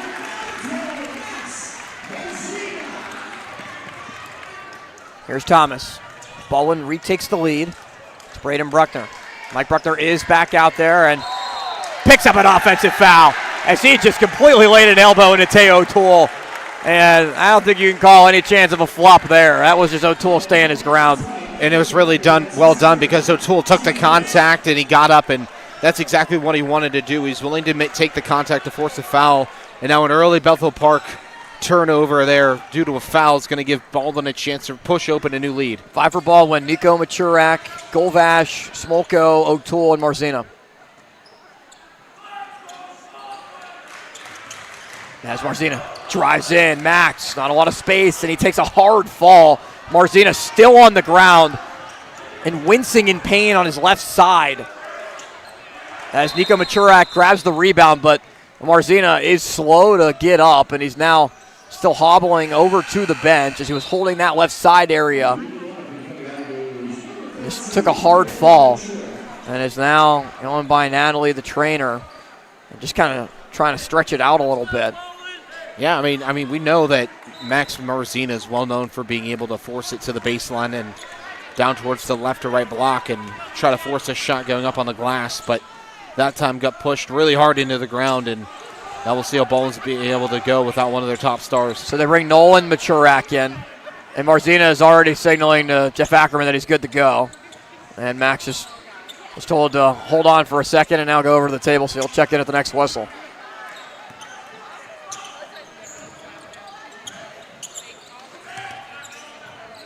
To the corner, and Nico Machurak. Nico drives off the window and scores. Needed bucket for Nico Machurak. First point since the first quarter for him. It builds the lead to 3. Three-pointer off the mark for Parisi. Offensive rebound up and good for Owen Tarosky. That was 6. 3 different Highlanders came in. None of them came in with the ball. Golvash around Bruckner for the layup. It's a good response for Golvash to be able to get one to the rim. It's back to 3 again. Mistake. And a steal. Nolan Machurak throwing it off the face of Mike Bruckner as he tried to get into the corner, and Golvash. Both Machurak brothers were on the ground fighting for the loose ball. Nolan comes up a little bit slow to get to his feet, as it will be Bethel Park basketball, and the foul goes on Nico Machurak. That is the 3rd on Nico. As, man, that was a difficult play there for Baldwin, and now it's Nolan Machurak off to the bench, still kind of wincing as Baldwin was very healthy last year. It's been a season of injuries for Baldwin. Sakely the only one that's a season-ending one or a real long-term one, but Nico Machurak's missed time, and that guy's Kozar and O'Toole that have missed moments in games, if not missing games entirely. Braden Bruckner dishes for the tie. Good! Joe Parisi drills another triple. He's got 4 threes on the night, 16 points in the game, but E.J. Golvash answers on the other side. Yeah, for whatever Parisi's been able to do from the three-point line, E.J. Golvash has been able to do going in onto the glass. Baldwin picks up a foul here in transition with Thomas moving up the floor. And it goes on Golvash for his second. Second on Baldwin in the quarter, just 1 on Bethel Park with 5:12 remaining here in the 4th, and what is amounted to a 2-point game. Closest game that Bethel Park has played all year. Braden Bruckner, Mike Bruckner, layup, good, tied again. Mike Bruckner has scored in all 3 quarters, all 4 quarters. Only play for Bethel Park to say that, and Baldwin calls timeout. Fighting Highlanders now have 3 remaining. It is a full timeout. Bethel Park remains with 2. Baldwin going to go to the whiteboard trying to scheme up some sort of play because Bethel Park the last 2 or 3 possessions has had a lot of different answers in for Baldwin, and overall just not allowing a lot of different chances outside of E.J. Golvash's ability to take it into the paint because E.J. Golvash scored the last 2 baskets for Baldwin.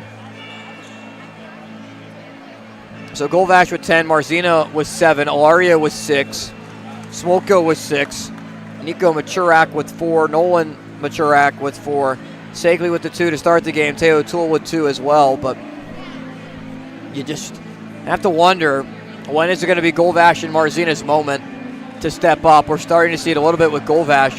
You just wonder when Marzina is going to have that senior moment to just take the ball and run with it. Exactly, because we know he's capable of it. Plethora of times last year, him and Nate Westling passing that torch around last year. Now this year, a lot of complementary depth have been able to do that, but it's only a matter of time. These two have definitely heated up more in the second half than in the first. in different ways than just scoring. So now you wonder, when is that going to be? Because this team needs to continue to put on a push. They've already scored more than they did in their last home game against South Fayette.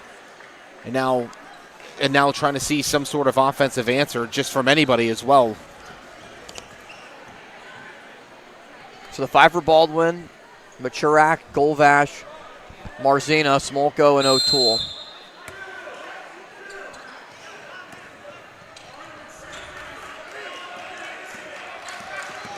Golvash against Bruckner. They look back door, not there for Marzina. Swung around Nico Machurak, and now back into the hands of Golvash. Up top, Marzina. Smolko to Golvash. Golvash works down low, gets around Bruckner and scores. Has Parisi as well as E.J. Golvash is heating up. It's another one again where his ability to work on the baseline. Bethel Park just doesn't seem to have any answers for E.J. Golvash when he's driving into the paint. Will Thomas with it. Bounce pass. Mike Bruckner down low. Parisi doesn't bounce in. 3 Baldwin players are there. And they're able to hold it for Marzina.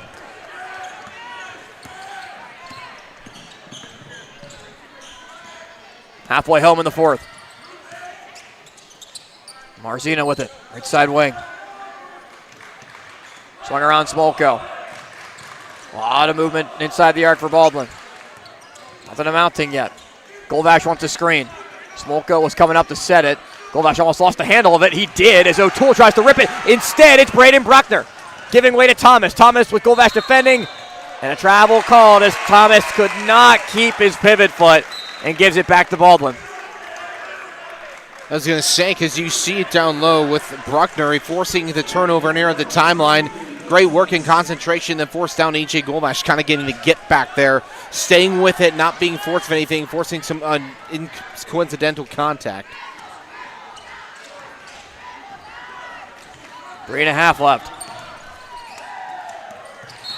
Marzino with a hand check foul called.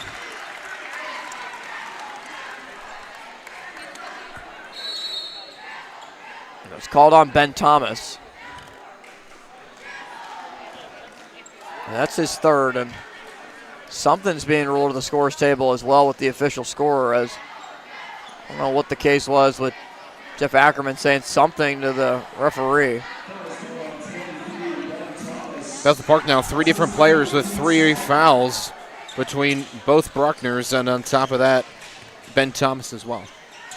So here's Golvash, who spins, turns, gives. Smolko, can he control it? No, but it's out of bounds, left touch by Bethel. That was off of Owen Tarosky. So the Blackhawks have played a pretty solid brand of basketball over these last 3 quarters. Good defensively and just enough offensively in a 2-point game as O'Toole has it off the inbound. And Baldwin does have 3 timeouts left. Bethel Park with 2 remaining. Smolko on the perimeter, defended by Mike Bruckner. Here's Golvash. Machurak drives in, lost the basketball. Parisi poked it free. Parisi with a chance to tie. He traveled. Another travel called against Bethel Park. He can't believe it, but that seemed to be the right call. Yeah, you could kind of tell it was an awkward hop, skip, or a step, however you want to call it. Parisi seems to be the one with a little bit of confusion in on exactly how that was a travel. Alario back in as Nico Machurak goes to the bench.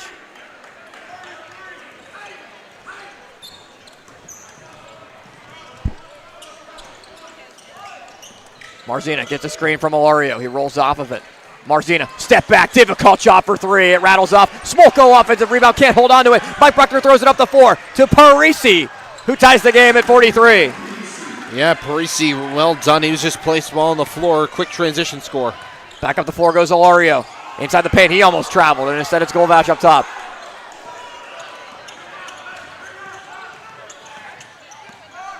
Golvash, screen from Alario.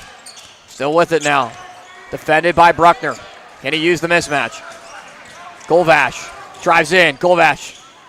Cross court. O'Toole, now Alario. And it's reset with Marzina. 2 minutes to go in the 4th. 43 all. Baldwin in Bethel Park. Marzina has some space, takes the shot, and it misses. Parisi rebound.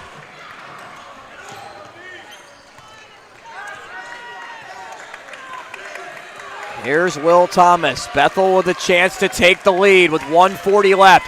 The winless Bethel Park Blackhawks at 0-12. Looking for win number 1. It's Mike Bruckner. Now Thomas. Thomas drives inside. Thomas turns, gives. Bruckner for 3. Rebound goes to O'Toole. 1:22 for Baldwin. Nico Machurak set the check back in at the scorer's table as it comes down to the wire. That timeout called with 1:12 remaining.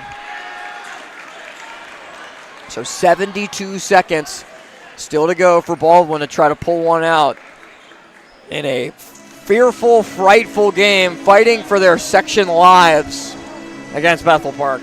I think it was a really good timeout as well because Baldwin needs to take some time on it. We've seen it 2 or 3 times in the half, but recently a lot of long methodical drives, but nothing that's come out together and put any crucial points on the board, because all Baldwin needs to do is you put a basket up, that forces Bethel's hand to play potentially a different game plan or a different kind of aggression towards what we've seen. You give any sort of basket at all goes a long way, especially in crunch time here as we're nearing 90 seconds left to play.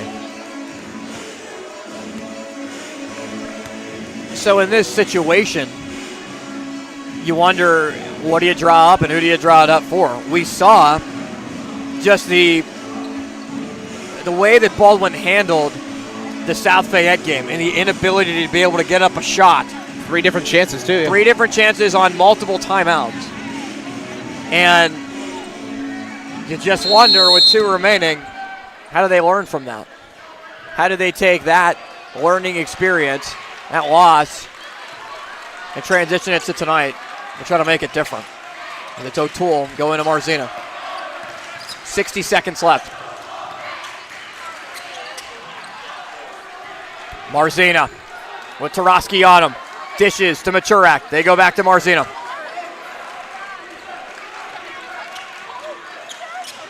Jeff Ackerman calls out the play. Marzina at half court. No count going. Now it starts. Reset again. Marzina with 36. You wonder if they're just going to hold for 1. There's Marzina. 28 seconds. Marzina breaks the count again. Marzina still dribbling. Lost the ball and a foul is called. And that was right in front of us. And, man, it looks like Marzina just slipped. Yeah, I didn't see. There was really no contact there. Marzina kind of hit not a wet spot, but the spot where he slipped. And I think on Baldwin, Ben Thomas. Luckily, Baldwin very fortunate there to be able to still maintain. And they've done a good job to this point, taking a lot of time off that clock. Golvash elects to call timeout. Has 2 left, now just 1. As he didn't like the look. And let's take another look at what happened with Marzina. As, yeah, he just tripped. Marzina just fell. There was nothing there that amounted to a foul from Thomas. Off of replay, what we saw, yeah, but you got to, I mean, at this point, you work with what it is. And luckily for Baldwin, I think a very mature decision was to take the timeout and take it and utilize it. You got 2 left. Now you're under 20 seconds of game time left. How do you handle that? Well, you got to create a look now. Learning from your mistakes in the past is going to be crucial here because, as we said with South Fayette, you had 3 timeouts there. Used all 3 to create 3 different chances, 2 of which you just took off a lot of clock, and the 3rd time the inbound was wrong, and it was a quick turnover. Yeah, so right now it's kind of like Groundhog Day with how the possession is going. It's something that significantly plagued Baldwin in the early years of Jeff Ackerman's tenure, where there was one season, can't remember exactly which one it was, but it was about 4 or 5 years ago, where they lost 8 games by 1 possession. And it was stunning because it was 8 games by either 2, 3, maybe it was 4. But regardless, when you had the ball with an opportunity in your hands to be able to win it, tie it, for whatever reason, it's just not come to fruition at times. Last year, a different story. This year, still trying to find those answers to the questions that play. So Ilario will inbound it, and he goes to Golvash. They do not force the trap. As Golvash will reset up top, 15 seconds. Baldwin looking for the final shot and the win. Golvash dishes. Marzina, the three. No, rebounded by Thomas. Thomas with 4 seconds. Bethel Park doesn't have a timeout. Thomas can't pick up the basketball, and they do get a timeout granted. How much time will be left on the clock, though? Because the timeout was called before the buzzer sounded. How much time will be granted to Bethel Park? Where will the basketball be as well? How much time are they going to put back on the clock? Rico Abendanza is currently talking to one of the officials right now. And there's an argument over something. A technical would result in free throws if that would have been the case and it got into an extreme. But that's it. That's the quarter. That's the fourth. We play overtime. Yeah, and Baldwin owned one in overtime this year, and that was off a Peters Township game where an impressive comeback prevailed late in the fourth quarter. And every possession, if something we've learned from that game is every possession matters. So allowing yourself to set up the best shot possible is crucial, because Baldwin had one. They each traded, them and Peters Township traded each a very good for opening possession. Then after that, Baldwin took a early three-point shot, and from there they kind of fell in that hole and weren't able to crawl out of it. So now, again, you look back at some of your earlier mistakes in section play. How can you result in that? And to Bethel Park's credit, now you wonder, how can we build off of what we built tonight? Because almost everything they've done has worked. The only thing that's come to bite them is the foul trouble, which you have to be careful. Ben Thomas is one foul away from fouling out, and the Bruckner brothers each are up to 3 fouls. So you got to play it careful in smart basketball. 43-43 as we begin overtime. The 5 for Baldwin: Golvash, O'Toole, Ilario, Nico Machurak, and Max Marzino.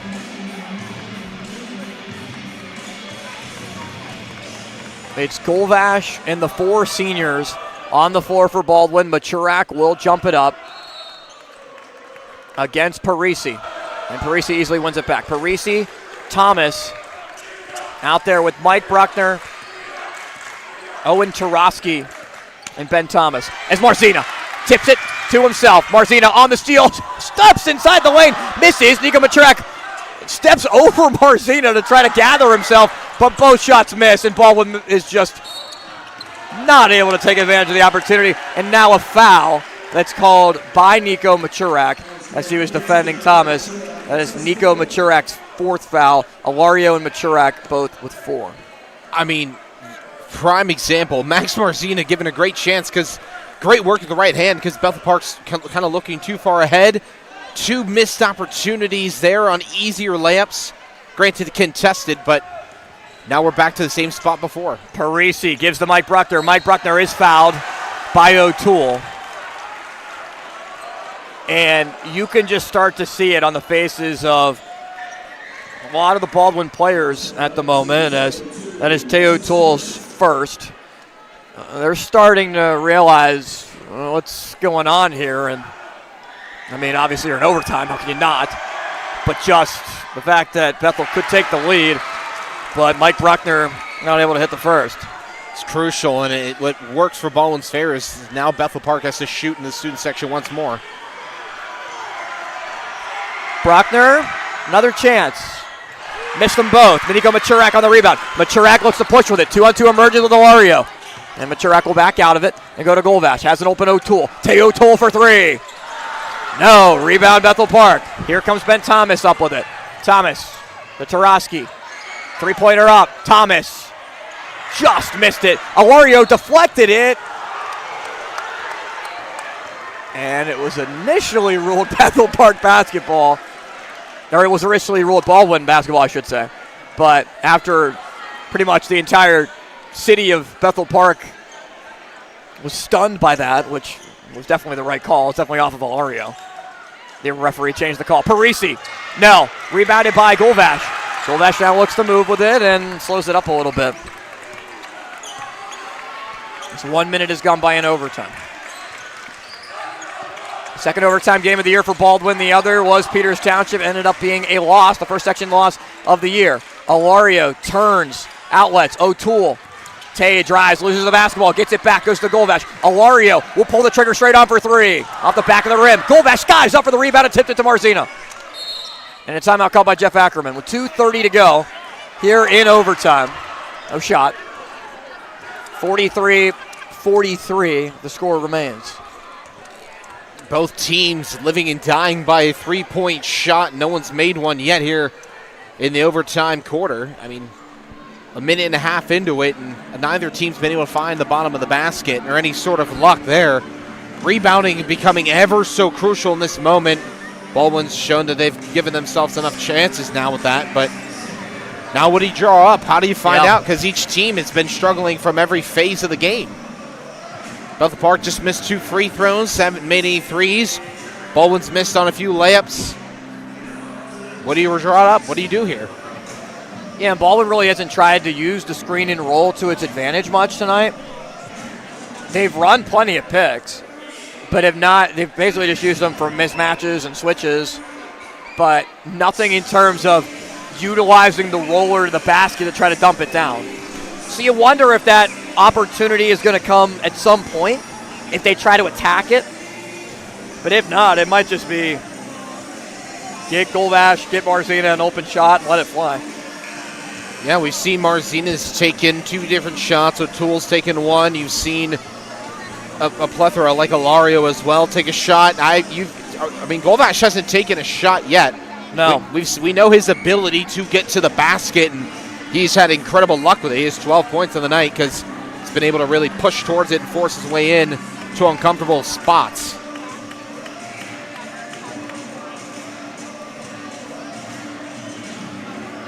So Tay O'Toole inbound it right in front of the bench. Easily into Marzina. And Golvash takes it. Golvash almost fouled by Bruckner. Braden Bruckner defends him. Get the screen from Alario. Golvash drives in. Golvash floater. Left it way off the side of the backboard. No chance. Braden Bruckner up with it. Bruckner with a chance to take the lead. To Parisi. Parisi, who's had a hot hand tonight. Parisi left it short. It's bounced around a couple of times into the hands of Nico Machurak. Now here's Marzina. Quick, one and done possession for Bethel Park. Student section comes alive. 2 minutes left. Marzina to Alario. Alario turns around. Going up with it and lost it. Just not the shot you want for Baldwin in that situation. No, I mean, Alario being bounced around, kind of like a ping pong ball rattling around, not having a lot of open looks, and ball was kept low where anyone could grab it. Tarosky gives way to Braden Bruckner. Bruckner to Mike Bruckner. Mike Bruckner with the mismatch against O'Toole, trying to draw the offensive foul, but no foul called, and Bruckner gives Bethel Park the lead. 45-43. Here's Marzina. Trying to prevent a senior night disaster. Marzina gets it back. Max drives in. Marzina in front of the basket. Can't finish. Alario fights for the rebound. Marzina comes up slowly. 3 players come up slowly on both sides, but it's Thomas bringing the ball up with 57 seconds left. Baldwin needs a stop as Thomas loses the basketball. Fight for it. It's picked up by Mike Bruckner. Bruckner's shot goes in, and Bethel Park doubles up the lead. Clock stops. 47.5 left. 47-43, back-to-back buckets for Mike Bruckner. It starts off of Tay O'Toole. He sets himself down trying to force the charge. Instead, Bruckner makes the contact. Great work to follow through. Gets an easy layup. No other contested play there. Then you push down. Marzina goes up for an easy lay-in. Goes off back iron. Bethel Park pushes it down the floor. Takes advantage of another open look. Now up 4, under a minute to go, in a time where Baldwin could have forced Bethel Park to play in a different situation. Bethel Park's done the same to Baldwin. And this was just kind of a desperate shot attempt from Bruckner just to put up a look with 2 different guys there. Maybe not as desperate as it looked, but man, for him to be able to hit that shot and the jubilation from the bench, they know how big that bucket was to make it a 2-possession game. and how big it would be for, Bethel Park to win their first game and against Baldwin. On the road. Everything they want to turn around or get some sort of just excitement for this team and hopefully maybe rejuvenate the second portion of the season. Obviously, it isn't going to result in any sort of playoff contention, but you still play for yourself, play for your school and different opportunities, and this will be a highlight moment for them, if not for anything, to play stunner and upset Baldwin and not allow them to have any of that season success they were hoping for. So Bethel Park's season opener was a 72-68 loss to Elizabeth Forward. That was their closest game by final record-wise. We alluded to the 5-point game that happened earlier this year, the 4-point game against Trinity. It was that 4-point game as well with Elizabeth Forward, the differential. But they've not won a game yet at 0-12, looking for win number 1. As Marzina has it, there's 40 seconds left. Goes to Ilario. Ilario's the one that pulls for 3. It rattles off. Sadiq Anderson comes in to try to force the steal. Instead, it's a foul. And you just wonder, as it's been Trey Ilario taking the shots late, you wonder what Golvash and Marzina have going through their minds and if they were going to be the ones to shoot it. I'm a little surprised by that, Ethan.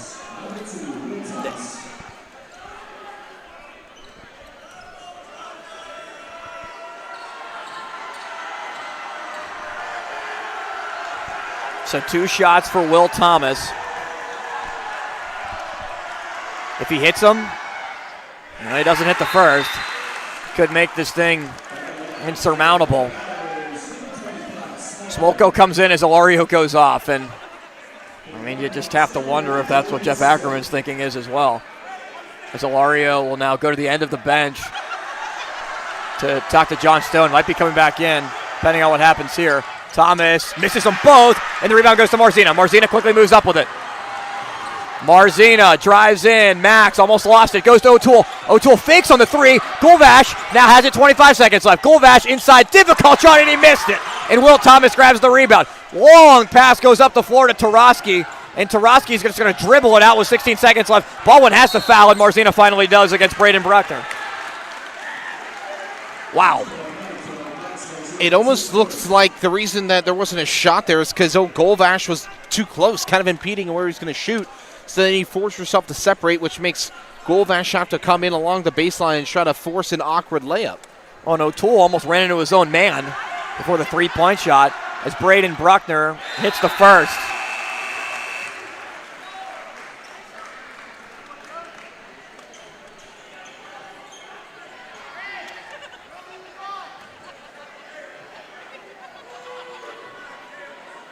For a rebuilding Bethel Park team, Mike Bruckner grabs an offensive rebound, and they're going to come away with a victory on the road. And jubilation from the bench at Bethel Park. A ton of smiles, knowing that the 0 in front of their record is about to fall.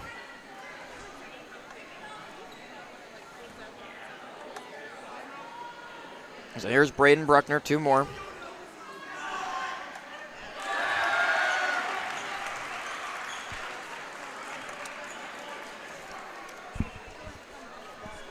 Baldwin swept Bethel Park last season.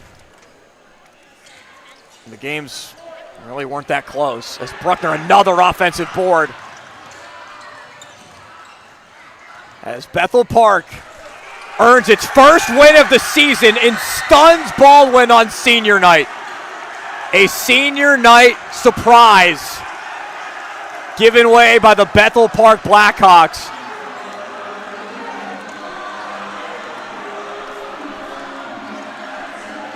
And the disappointment of a season that has been an 0-12 start is all forgotten about when you can win one like this for the Blackhawks, but for Baldwin on senior night in front of the home crowd in a game where they just fell completely flat in the second half. Yeah, there was no answer. You only had 4 different guys to score in the second half in overtime combined. No answers. Bethel Park extremely well in exposing Baldwin's mistakes, and even when they made mistakes, they're able to capitalize on the other side to hold Baldwin and not allow them to push forward and cause any pressure. And then when it mattered most, Bethel Park created pressure. An uncomfortable situation for Baldwin, and where Baldwin has not had a lot of success this season in those moments. And credit to Bethel Park for their first win, a really well executed one in the time they needed it most. And Ethan, Bethel Park outscored Baldwin 6-0 in overtime. Baldwin did not score. They did not score in overtime. Bethel Park didn't score more than 16 points in a single quarter either, and Baldwin that was the first quarter. Exactly, and Baldwin had 18 in the first quarter, and ever since then it slowed down. Second quarter was 10-5 Baldwin. Then Bethel Park in the second half outscored Baldwin 22-15 going into overtime, and then had that 6, and that's how that wrote. Final score, Bethel Park wins it 49-43. The Blackhawks now 1-12 on the year as they stun Baldwin at home, as the Fighting Highlanders now drop to 6-5 and 2-3 in 5A section play, and they're now faint chances to win the section might be all but gone. 6-point win for Bethel Park in overtime, 49-43 here on senior night. Good luck to all the Baldwin seniors, and we will be back next week. Thursday night, the girls will play against Mount Lebanon, and then a doubleheader action next Friday as well, back here on TenbandTV, a part of the Baldwin Sports Network. For Ethan Swazarski and our entire TenbandTV crew, I'm Austin Bechtold, wishing you a good night and a great weekend. Live from Baldwin, where Bethel Park wins it. We'll talk to you next week on the Baldwin Sports Network.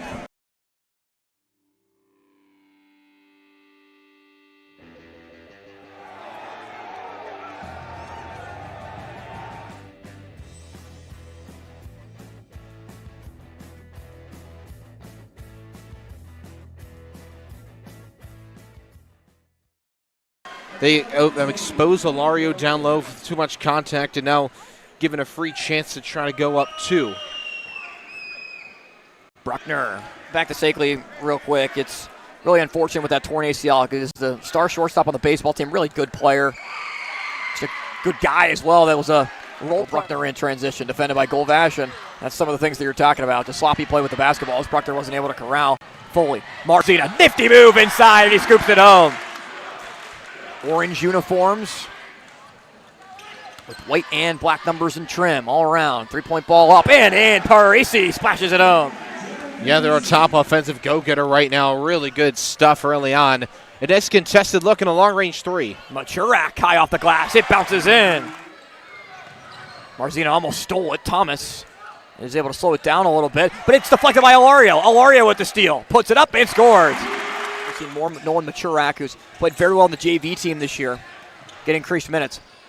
Here's Marzina, driving, dishing, Smolko, layup, plus the foul. Foul goes on Parisi, it's his first. So you go from the senior-led starting lineup to the young lineup for Baldwin as it's tipped all the way. Braden Bruckner with it. Braden Bruckner, a junior, Mike Bruckner, a senior. Parisi hits his.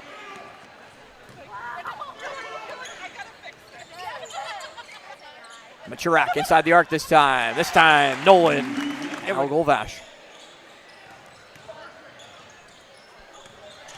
Alario inside. Right hand, left side. And Trey Alario finishes. At the line. A chance for 2 more.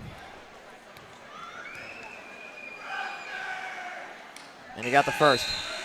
But just when it comes game time, for whatever reason, it's just the light just doesn't completely turn on at the line. Parisi with the move and the 3. Marzina can't spin it in though, as it was contested well by Tarosky, and Marzina was trying to hang in the air to get it to drop. Mike Bruckner in the corner. He's got it. Players didn't even try out because of injuries in football. And Rico Abendanza saying they had 3 potential starters that are not playing this year because of 2 feet too far to the left of EJ Golvash going out that corner part of the baseline. Ben Thomas comes back. Mike Bruckner returns. A lot of contact on the way up. They played it like a defensive back. Yeah, trying to lower the shoulder, cause a fumble. First one good for Thomas. Out of the lane for Smolko to box out against Smith. Ben Thomas hits both. It's physical, and tempers are starting to push over on each side now. Marzina 0-2 at the line. Breaks the streak. Less mistakes than Baldwin. Marzino with it, trying to create. He steps back. Difficult shot, but Max is able to get it to drop. Baldwin retakes the lead. It's Braden Bruckner. Mike Bruckner is back out there and picks up an offensive foul as he just completely laid an elbow in it. Braden Bruckner dishes for the tie. Good! Joe Parisi drills another triple. It is O'Toole tries to rip it. Instead, it's Braden Bruckner giving way to Thomas. Thomas with Golvash defending. And a travel called as Thomas could not keep his pivot foot. Marzina breaks the count again. Marzina still dribbling. Lost the ball and a foul is called. And that was right in front of Bethel Park has to shoot in the student section once more. Bruckner, another chance. Missed them both. Miniko Machurak on the rebound. Three-pointer up. Thomas just missed it. Alario deflected it. And it was initially ruled back.